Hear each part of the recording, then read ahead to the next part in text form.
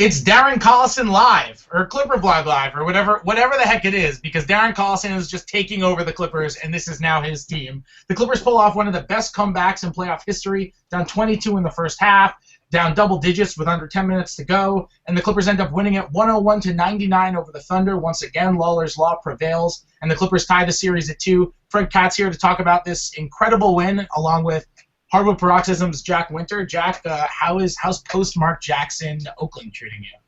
Oh, it's feeling great to me. Just real quick, Fred, did you plan that introduction, calling it the Darren Collison Live, or is that just spur of the moment? I didn't plan it. Darren Collison planned it. Plan it? Oh, wow. Okay. Darren Collison planned it. I don't even think Darren Collison planned it. I think Darren Collison was just like Darren Collison. Mm-hmm. Well, and joining also is ClipperBlog's Law Murray. Law, let me ask you. Let's just start off on this. I'm sitting back and I'm wondering, and I asked this question after Game 7 against Golden State like a week ago, and now I'm asking it again. Is this the best game in Clipper history? I guess the best win in Clipper history. I guess the candidates would be like Game 7 against Golden State, and then Game 1 against Memphis with the 26-point comeback.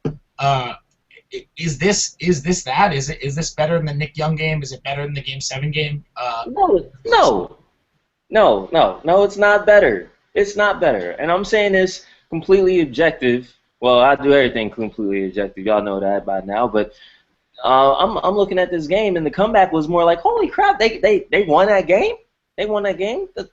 No, this isn't the best game. First of all, that comeback with Nick Young was so swagged out and magnificent that it was a tone setter for a series, whereas Game 7, the Warriors Game 7, I love that game simply for the fact that, you know, there was a lot riding on that team. Like, everyone was so focused on the Clippers for that game. For this one, it was just, well, you know, this might be the end of Clipper basketball this season at Staples Center, and now it's not. It's really kind of all it is. It's a great comeback, very unlikely that they made it happen, but this is more just like, wow, they won that game. I don't think you don't want this. If you're a Clipper player, you don't want this to be the best game ever. This wasn't that great of a game, to be honest with you.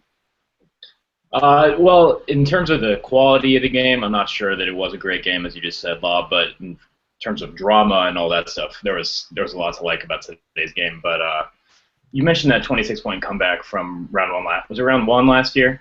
It was round 1 2 years ago. 2 years ago. My life is just passing me by so quickly. I remember watching that game. I was living in Kansas at the time. I was in college. I was trying to go to sleep, but I had the game on in the background, and I had the sound off, and Nick Young just kept raining in threes, and the Clippers just kept running, and they came down from 26. It was literally one of the most amazing games I'd ever seen. I'm glad you guys brought that up, because I'd kind of forgotten about it. So in terms of from a comeback perspective, this one doesn't compare to that. And then obviously, when you talk about stakes, if the Clippers had lost this game today, their season wasn't over. Technically, they still had a chance, though. Law, you said before we came on, but I think you said the 1995 Houston Rockets were the last lower-seeded team to be down 3-1 and go on to win a series. Is that right? That's right. Yeah. So obviously, you know, big stakes for today's game, but it wasn't an elimination game, you know, in the true definition of the word. But you know, certainly an incredible win for the Clippers. It's a game we'll all remember for a long time. And I'm sure it's a game that Mrs. Collison will remember for a long time, because on Mother's Day, I'm sure Darren gave his mom a wonderful treat. Collison had 12 points in the fourth quarter. He was insanely controlled in the half court.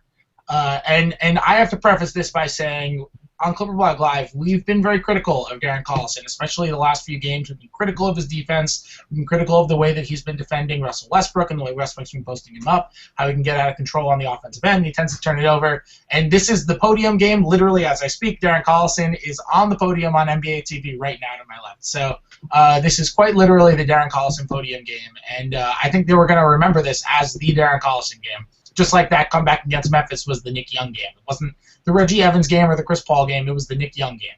And this one's the Darren Collison game. How good, Jack, was Collison in the fourth quarter? And I should ask you, why was he able to be so good in the fourth quarter? We said before we came on, Collison was absolutely unbelievable offensively in the fourth quarter. Just the sense of poise that he played with in the half court, we talked about. Actually, you mentioned Fred. Just his ability to beat his man, take 2 dribbles, find a bigger defender, and then pump fake once or twice in the lane to get a shot blocker off balance and then finish. I think it happened 2 or 3 times in the fourth quarter. That's fantastic stuff. And poise, I don't necessarily associate with him, as I don't follow the Clippers as avidly as you guys do. But that was next level stuff. And then obviously when he gets out in transition, few players run as fast as Darren Collison does and have the ability to finish that he does. He was awesome, and it's a fitting podium game for him. Though I will say that my mind was boggled by the fact that he continued pressuring Russell Westbrook 50 feet away from the basket. That led to 2 or 3 just dead layups for Russ at the rim.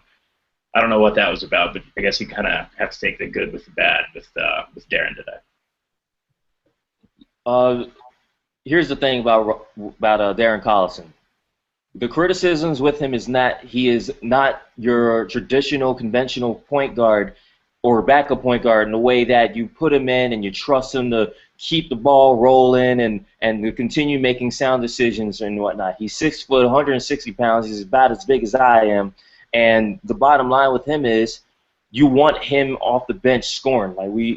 He was very good filling in for Chris Paul because of his ability to shoot the ball well and score. He hadn't been doing that in this series, and he was getting strafed by Russell Westbrook. So the big thing is this. They were down by 16 points in the fourth quarter. And when you're down by 16 points, the conventional stuff goes out. The ability to be, quote-unquote, sustainable with your offense goes out the window. You have to play with a little bit of fire drill, with a little bit of chaos. And what Derek Collison was able to do in that lineup is do the best that he could and be an athletic threat. He got free throws based off of his ability to run the floor and jump. I remember one time Russell Westbrook was chasing him down, wound up fouling Collison, and it was a dunk attempt. Basically, all Collison did was miss a dunk, but he got 2 free throws off of that. If a guy is laying that ball up, that's getting smashed against the backboard. And Collison stopped shooting threes, and he didn't have a single turnover. He only had 1 assist, but it was basically be aggressive, score, and that's what needed to happen for Collison to put up those 12 points in the fourth quarter, which wound up being the difference in the game. Yeah, and for him to be that athletic presence that we all know he is, he needs space to do it, right? And Doc made a fantastic adjustment by going small and playing Blake as nominal center, and I believe it was the Collison, Crawford, Granger, Blake, Chris Paul unit played 9 minutes in the fourth quarter. And that not only allowed Collison space and allowed him to get some runouts, early runouts in transition, but the Clippers really feasted on high pick and roll with just Chris and Blake just attacking Serge Ibaka, making him choose between challenging Paul's shot or challenging the passing lane to the roller for Blake, because they didn't want to help off Granger in that near side corner. So Doc made a really smart adjustment there by going small, and that was certainly key to the win. Yeah, and Jack, you mentioned them just kind of going small and really changing up the lineups. Something to mention as well was Blake was playing that fourth quarter with 5 fouls. And he was very confident in his rim protection defense. There were a couple of times where he went up verticality on Russell Westbrook, where he could have been worried about getting called for a foul, and he went up straight up. And that's something we've seen him do, especially over the last couple of games, very confidently. It's very hard for someone who's not really known as a rim protector to go up and make that play confidently with 5 fouls. And there were a couple of really big plays that he made just because he was able to go up and contest shots. When the Clippers go small with those lineups, we know that they can score. When they play Paul, Collison, and Crawford, we know they can score. The critique has always been how do they do on the defensive end, because they tend to struggle and give up a lot of points. Tonight, though, I mean, Jack, you're right that Collison was kind of inexcusably pressuring Westbrook like crazy, and Westbrook took advantage of that a few times. But the Clippers switched things up. Very oddly, put Chris Paul on Kevin Durant. And Chris Paul was probably the Clippers' best pick-and-roll defender that we've seen all season when he was guarding Kevin Durant. Law, what gave the Clippers so much success defensively when Paul was checking Durant the entire fourth quarter? Well, here's the thing. When Tony Allen was defending Kevin Durant in the first round, Tony Allen's only 6'4", but he's a scrapper. He's really tough. He has active hands. And against a guy like Durant, you want to take away his willingness to want to drive. When you put a conventional small forward or even a power forward on Kevin Durant, he has no problem skating by those guys. We saw Jared Dudley. I think he's still right around the three-point line when Kevin Durant crossed him over in the last game. So the thing is with Chris Paul is he's physical. He'll beat you up. He'll challenge you. If you bring the ball down and if you're careless with it, he'll try and he'll try and take it away from you.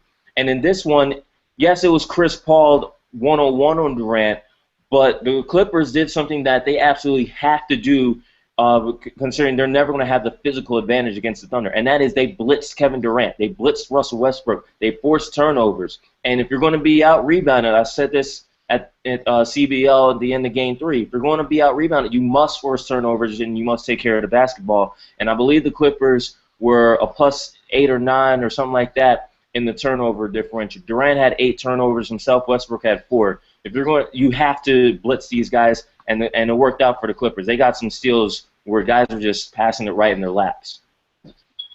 Yeah, like we talked about with CP, he did a really good job of pushing Durant out farther than he wants to catch the ball for a quick post-up at the top of the key. KD, when he did get the ball, only caught it about 20 feet from the basket or so, and CP just made his life so uncomfortable. But as good as he was, Durant was still 4 or 5 from the field in the fourth quarter. And that's, obviously 80% success rate shooting the ball is a damn good one. But this kind of goes back to the kind of bigger picture complaints about the Thunder offense and Scott Brooks and kind of the unwillingness of Kevin Durant and Russell Westbrook to adapt in crunch time. KD needs to refuse to let Chris Paul bully him out to 20 feet from the basket. It's been a problem with him for 2 or 3 years now against smaller defenders. The Thunder just get so complacent, so content with just trying to get him quick post position on smaller defenders and just have him shoot over the top. That's not necessarily efficient offense, even for a player like KD. We've been waiting for the Thunder to make these adjustments here for so long, and when KD gets a smaller defender on him in crunch time and things like that, and they just haven't. And that's one of the big reasons why I'm no longer on the Scott Brooks bandwagon.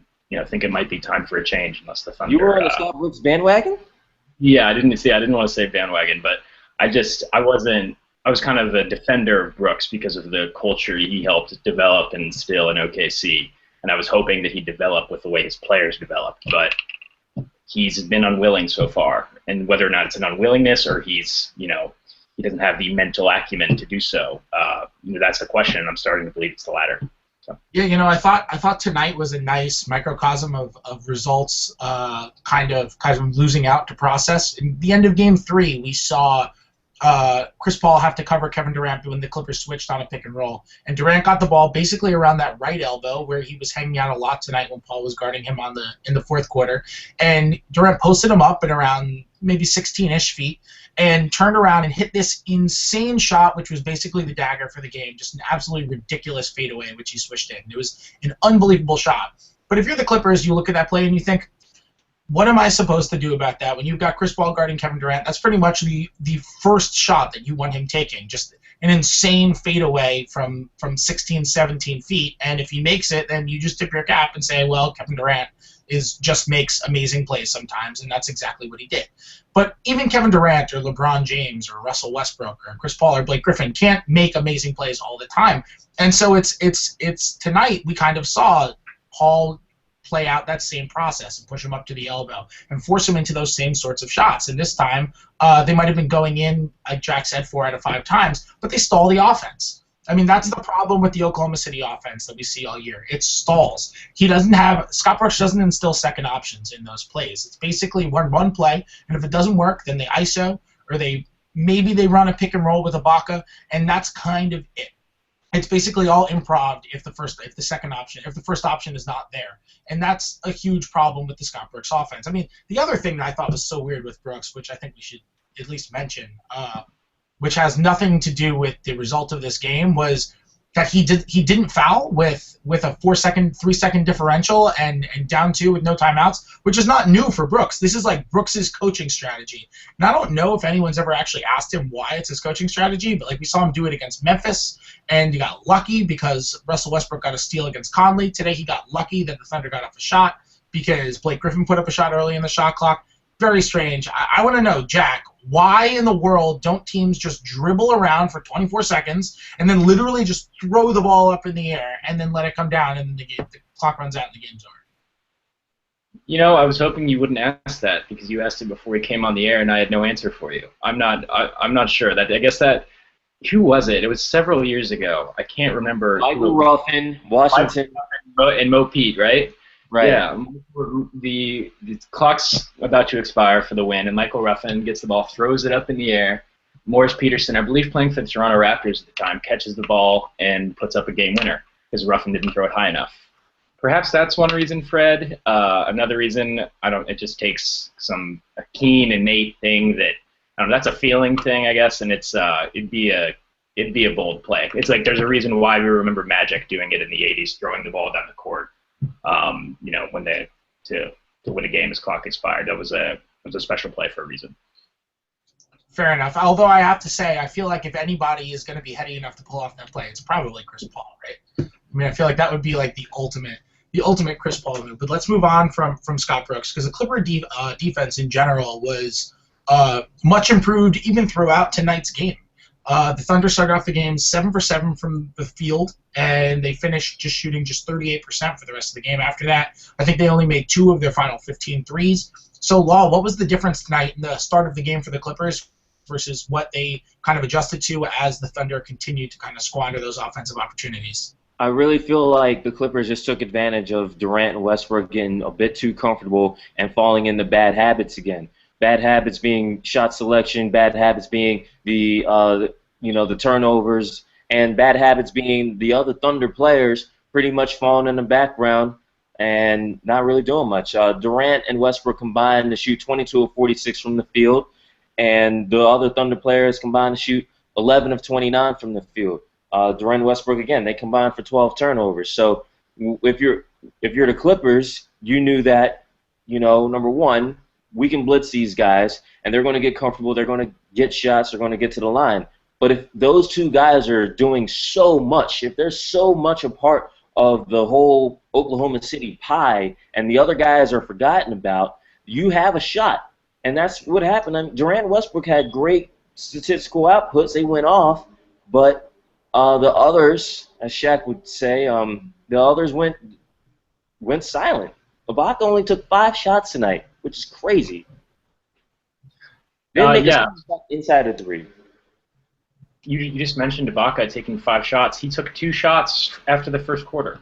That's absolutely inexcusable for a player of his talents, and that's not only his fault, of course. It's like when you were talking about KD and Russ got a little complacent with just taking what the defense was giving them as opposed to running consistent offense and getting into pick and rolls, and they didn't do a good job against traps and things like that. And the Clippers remained engaged defensively. And obviously that's really key in a game of this magnitude when the score, was seemingly, at some points it just didn't seem like the Clippers would be able to come back. But when you really maintain intensity and effort and things like that, the ball has a way of bouncing your way, I guess, and it did for the Clippers. Well, Law, let me ask you this. You mentioned that the Clippers found a lot of success in blitzing the pick and roll tonight, which is something they did against. They did that against Golden State. I almost said against Oakland. They did that against Golden State, and they didn't really do that in the first 2 games against the Thunder. Usually, when teams go up against the Thunder, they tend to slide under pick and rolls, and they'll hedge or they'll show or something like that, and they'll basically just try to take away a passing lane from Westbrook. They'll make sure that he doesn't end up dropping it off to Ibaka for a wide open 18-foot jumper, which Ibaka is so good at. And they'll hope that Westbrook tries to pull up and shoot a jumper, because even though Westbrook is good from mid-range, you'd rather him do that than let Westbrook get into the lane or, again, set up Ibaka for a wide open jumper. So why is it that the Clippers went to the blitzing the pick and roll? Because that's not really the strategy we've seen. We didn't see Memphis do that against them. Do you think it has more to do with the Clippers personnel, or was it just something along the lines of, all right, our defense on Westbrook isn't working, we have to change something? I think it's a level of both. The defense isn't working partly because of the personnel. I think this is the first time in 8 meetings that the Clippers held the Thunder under 100 points.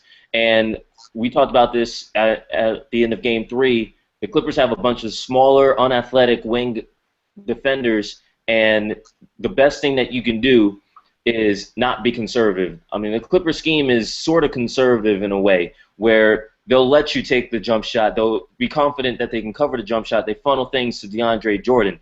That hasn't been working, obviously. Russell Westbrook has been eating that up. And you know what? The Clippers' conservatism was getting attacked anyway because Westbrook was still driving and getting shots. So now what you have to do is what I've been saying. You have to be aggressive. You have to force turnovers.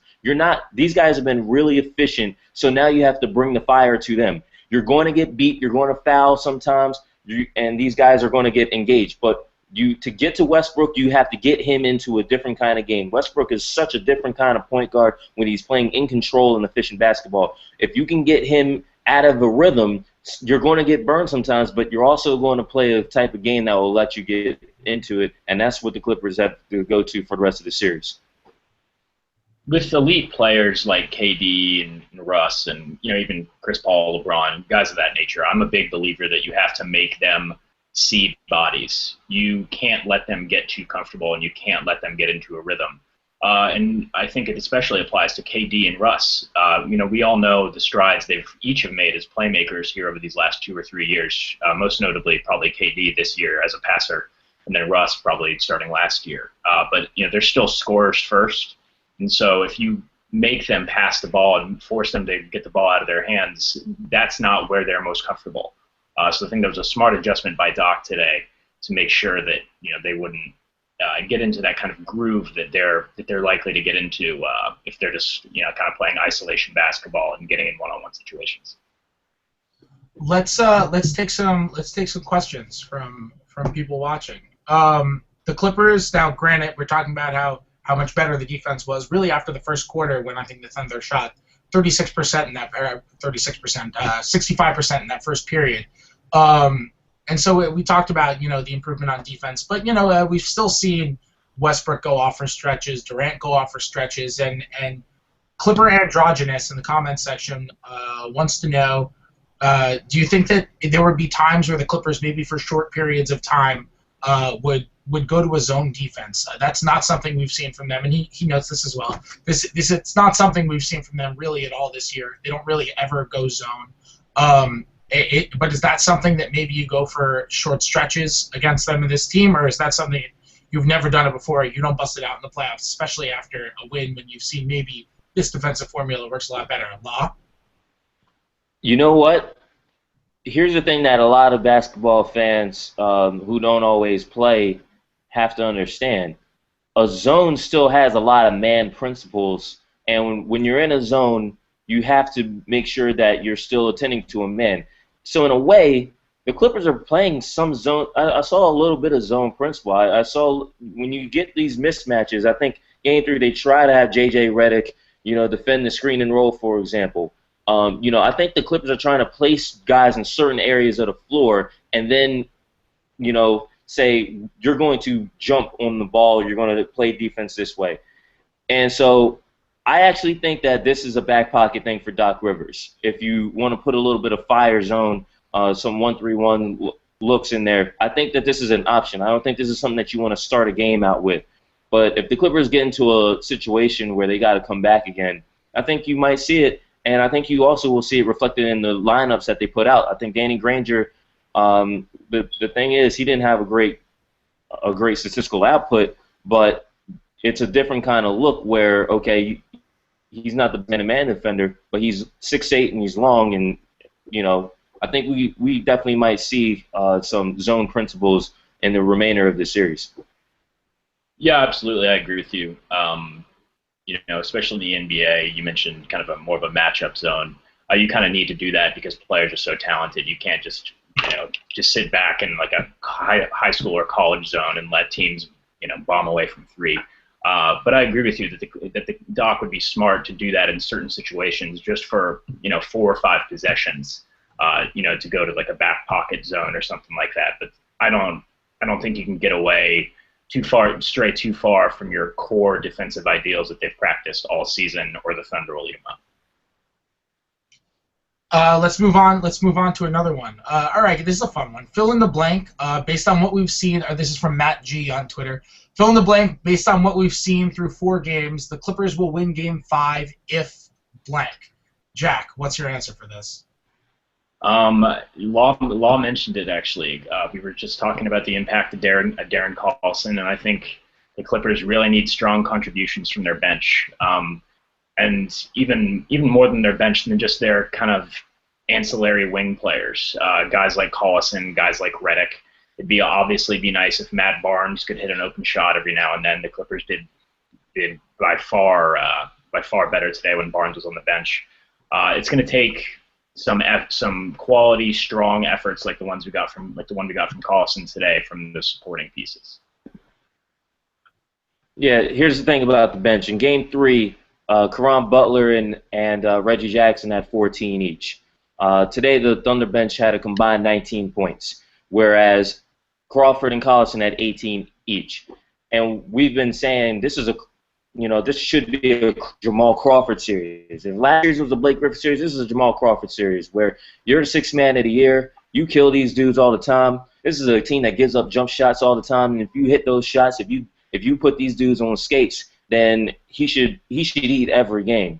And so going on the road, you always question I think the theory is that the star players are going to carry the road games and the bench guys carry the home games. Well, the role players, Crawford is the best role player by award in the NBA if you're talking about scores off the bench. He's got to be at his best, and Darren Collison has to be at his best, and you just hope that Glenn Davis doesn't, get somebody suspended. That's all you hope for Glenn Davis. Another one from John Paul Manahan. Danny Granger, we haven't seen much from him. I guess tonight you can say was his best playoff performance, maybe. I'd have to go back and double check that, but I feel like it might have been, not necessarily his line, but at least he played pretty solid defense because he has not really been a contributor. Do the Clippers need, especially with Matt Barnes struggling, do the Clippers need do they need a Danny Granger performance, Jack, in order to actually have legitimate success moving forward in the postseason? We talked about this before we came on a little bit, just touching on Matt Barnes' struggles. You can't just completely supplant Barnes in the rotation. Like you can't rock the boat so much that you're going to insert Danny Granger into the starting lineup or something like that and sit Barnes for a game's majority or something like that. But certainly a little boost from Granger and maybe some fewer minutes for Barnes if he's going to continue shooting this way would be helpful for the Clippers, because the Thunder just kind of almost inexplicably, I thought, in the fourth quarter, kind of refused to help off Granger the way they would have Barnes when the Clippers went small. So he's a bigger threat than Barnes is right now for the Clippers, and that's something, that space that he creates is something the Clippers really need. Jack, Danny Granger is going to take this piece of video and put it on his next resume when he needs to get a next contract. I can't believe that. Danny Granger messed around, played about 10 minutes, missed his only shot, had 4 fouls, and we're all of a sudden talking about him taking serious minutes from Matt Barnes. Look, this is Scott Brooks, okay? Scott Brooks looked at Danny Granger playing basically a stretch, forget stretch forward, because he wasn't stretching anybody, but a 4-roll, and I really feel like Scott Brooks panicked. It's like, what has Danny Granger done to beat anybody in the last 2 years? Exactly. He's basically gotten by on the fact that he's Danny Granger, former All-Star, who, in theory, can bake you. That's theory. The reality is he's probably about as good a basketball player right now as Grant Hill. And Grant Hill is working for TNT. And that's what I'm talking about. Scott Brooks looked at this lineup, panicked, didn't know what to think, and Granger had 4 fresh fouls to give, and he gave them, and spooked Scott Brooks in that lineup just enough to give guys open space. That should not work the rest of the series. And if it does, I mean, Jack, that whatever bandwagon that Scott Brooks bandwagon exists, it should be blown up in smoke afterwards. Hey, I was never fully on the bandwagon. I just wasn't on the bandwagon that just called for. You knew where to buy the tickets. Back to Granger real quick. You mentioned that in theory he's this knockdown shooter the defenses need to respect, and NBA players believe in that theory. We see it time and time again. Caron Butler refused to help off him in the strong side corner on high pick and rolls. I have no idea why. It's ridiculous. Hopefully Scott Brooks can, kind of beat that belief into him that he can help off Granger.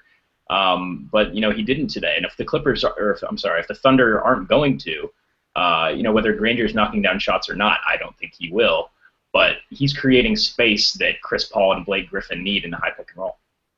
Yeah, and that's a really good point, Jack, because sometimes stretching the floor is not necessarily about making shots. It's just about the way that the defense is going to play you if they think you're going to make shots. And, yeah, Danny Granger's not making shots. Danny Granger hasn't been a knockdown shooter in 2 years, really.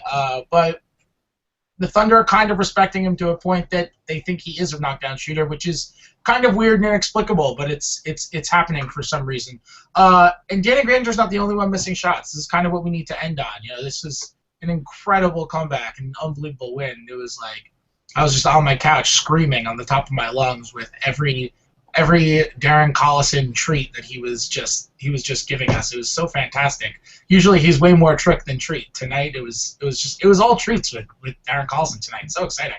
But let's talk about the Clippers shooting, because this is a problem. They were 3 for 21 from three. They shot really poorly from three. I think they were 7 for 26 from three in game 3, and they're missing open shots. I mean, J.J. Redick was 2 for 8 from the field. Matt Barnes 0 for 6 from the field, 0 for 4 from three. Jamal Crawford 2 for 8 from three. Chris Paul 0 for 4 from three. I mean, these are guys who are supposed to be making their long range shots. Now, granted, Chris Paul, it might not be so shocking to see him hit some regression. Chris Paul was shooting 52% on pull-up three-pointers in the playoffs coming into this game. And that's on more than 4 attempts per game on pull-up threes. So it wouldn't be shocking to see some regression from Chris Paul. He's probably not going to shoot 50% from three the rest of the way. But these other guys who are getting open corner threes kind of have to knock them down. So, Law, what does that mean for the rest of this series if the Clippers can't hit those open shots? That's kind of my answer to the question of the fill in the blank. The Clippers win this series if they fill in the blank, if they hit their open shots, which they have not been doing. And it's not like they're missing the contested ones, and it falls on the Oklahoma City defense, which is a very good defense, has been playing well. Really, this is about the Clippers and the Clippers only, right? Yeah, because you look at the looks that the Clippers are getting. Their open shots, some of them are in good rhythm. They're not hitting them. Let me tell you, they missed their first 8 threes of this game, I believe. And that's when they were getting, beat down the worst early in this game. Okay? They stopped shooting threes and come back a little bit. Now, into the third quarter, you're looking at them, they're stuck on 2 of 20, and here they are, they're back down 16. So during the comeback, they eliminated the three-pointer. The only 3 that they took during that comeback is the last one that Jamal Crawford made.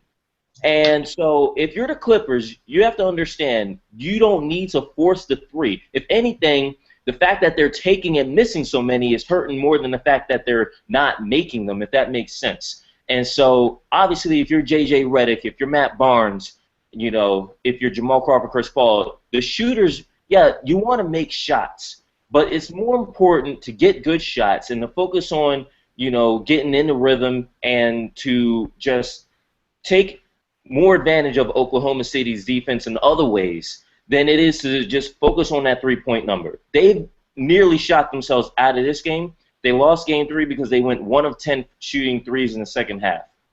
So obviously it's a bonus when the Clippers make threes at this point, and they need to continue to take open threes, and hopefully they'll make them. But you don't want to force the issue. You don't want to get in. You don't basically want to be the Atlanta Hawks messing around and saying, "Oh, look, threes." And taking so many that what you're doing is you're missing them and you're triggering the Oklahoma City transition game, and that will get you beat all the time. So, Fred, I understand. Obviously, you want to see made threes.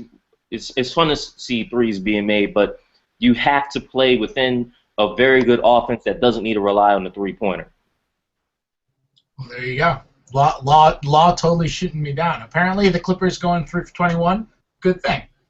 Let's end on one more note from Chris Paul. Chris Paul had another really good game today where he totally controlled the fourth quarter. He barely sat. I mean, he's doing his best Johnny Flynn 2009 Big East tournament impression right now. 45 minutes tonight. He sat for 3 minutes and that was it. He sat 1 minute in the first half, 2 in the second half, and that was the whole thing. I promise that's the last time I'll compare Chris Paul to Johnny Flynn. But is Chris Paul playing 45 minutes going to be a problem, Jack, in the future? Because if the Clippers have to play him this many minutes, I mean, we talk about how he kind of has the bad hamstring, how maybe he's injury prone, how he's, bouncing off screens like a pinball. I mean, he he is playing crazy physical, and he's never the biggest guy on the floor. So is that going to be a problem with him playing so many minutes? I mean, it's not a problem for one game, but is this something that can catch up to you as you get deep into a series? 45 is too many for sure, but the kind of way the game played out and the Clippers kind of needed to come back from such a huge deficit in the first half, for Chris to play such an extended stretch was necessary. I don't think he came out until the 2 or 3 minute mark in the first half. That's unbelievable and so rare for star players these days. And so it's certainly something to monitor going forward. I think around the 42-minute mark is kind of right in that wheelhouse for Chris Paul. But he looked as healthy today as he ever has to me, just with the way he controlled the game on both ends. This was Chris Paul at his best, I think. And the heavy minutes load certainly didn't seem to bother him today. But going forward, I think Doc will more carefully manage his minutes, certainly. Well, you talk about the 42-minute mark. I feel like we're about closing in on the 42-minute mark right now in this show. So I'm going to hit you guys with one question each, and then we're going to get out of here because people are going to eventually get very sick of us. Law, let's start with you. Clippers somehow won Game 4, falling down 3-1, going back to Oklahoma City. You have to imagine that's a 5-game series. Now all of a sudden, you got 4 games to kind of reevaluate what you thought coming into this series about these two teams. We got a 3-game series going back with 2 of them in Oklahoma City. How does the rest of this play out? I haven't changed anything. I said it was going to be a 7-game series and that the stars are going to shine and Jamal Crawford is going to have to be the difference maker, and I still believe that. The Clippers, Game 5 in a sense is not that big of a deal. Obviously, someone's going to go up 3-2, but it's not that big of a deal. The Clippers need to win a home game more than likely, and then it's going to be a Game 7. I think it's still going to be a 7-game series, and that's still going to be a lot of offense to be featured. Yeah, before this series, after what I saw in the first round, I predicted the Clippers would win in 7 games, and I realized that's kind of a bold prediction because it would be played on Oklahoma City's home court. But the Clippers have shown in the past that they can win a Game 7 on the road, and I'm expecting the same. All right, that is going to do it for us. This show, guys, was almost as good as a Darren Collison ball fake. Almost. Just barely. The Clippers pull out one of the best comebacks in postseason history. They beat the Thunder 101-99 to tie the series at 2 after trailing by 15 or 16 points in the fourth quarter, 22 overall in the first half. For Law Murray and Jack Winter, I'm Fred Katz. Game 5 scheduled for Tuesday evening. That's a 6:30 p.m. Pacific time game, and we will see you after that one. Good night.